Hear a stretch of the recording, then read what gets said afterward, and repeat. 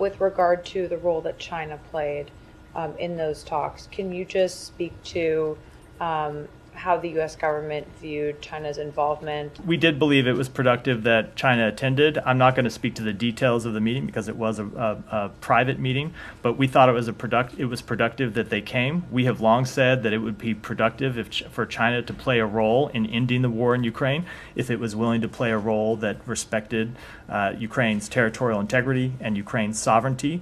And as I said when I was asked about this a moment ago, we believe it's helpful for countries to attend and hear directly from Ukraine. We think it was productive that China did so. In addition to attending the meeting, Deputy Secretary Nuland and the National Security Advisor held a brief separate meeting with the Chinese Special Envoy. And should we read anything into, pictures from the weekend showed the Saudi official in the middle and, to one side the Chinese official and to the other side the top U.S. official, National Security Advisor Jake Sullivan.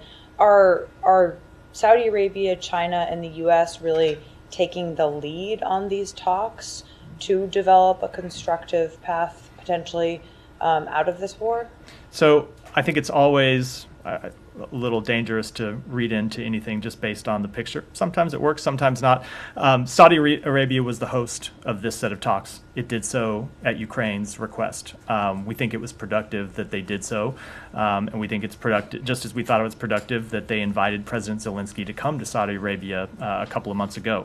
So I wouldn't want to say who is in the lead for talks that right now are not happening. Should there ever be peace negotiations, it's Ukraine that will be in the lead from the non-Russian side. The United States is happy to play any role that is productive to stand with our Ukrainian partners, and we would welcome any other country that wants to play a productive role as well.